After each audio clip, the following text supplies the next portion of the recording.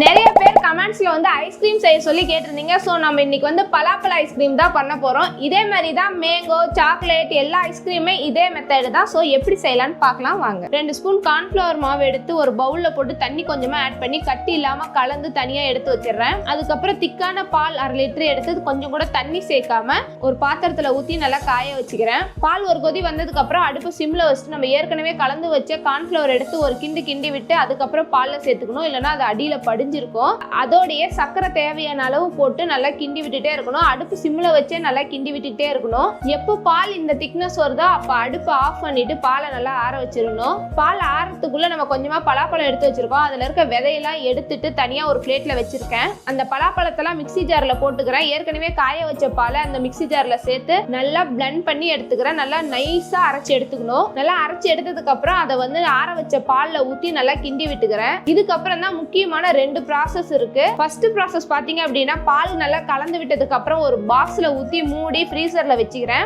ஒரு 3 ஹவர்ஸ்க்கு அப்புறம் அதை எடுத்து மறுபடியும் மிக்ஸி ஜார்ல ஊத்தி நல்லா பிளண்ட் பண்ணிக்கிறேன். ஒரு 2 மினிட்ஸ் நல்லா பிளண்ட் பண்ணதுக்கு அப்புறம் மறுபடியும் அதே பாக்ஸ்ல ஊத்தி மூடி போட்டு நல்லா 8 ஹவர்ஸ் ஃப்ரீசர்ல வச்சிடுறேன். 8 ஹவர்ஸ் கழிச்சு எடுத்து பார்த்தா நமக்கு கடையில இருக்க மாதிரியே ரியல் ஐஸ்கிரீம் கிடைச்சிரும். இதை ஓபன் பண்ணி ஸ்கூப் போட்டு எடுத்து ஒரு பவுல்ல வச்சு மேல ஹனி முந்திரி எல்லாம் தூவி என் பையன்கிட்ட டேஸ்டிங்காக கொடுக்குறேன். பழம் மாதிரியே இருக்கு, சூப்பரா இருக்கு.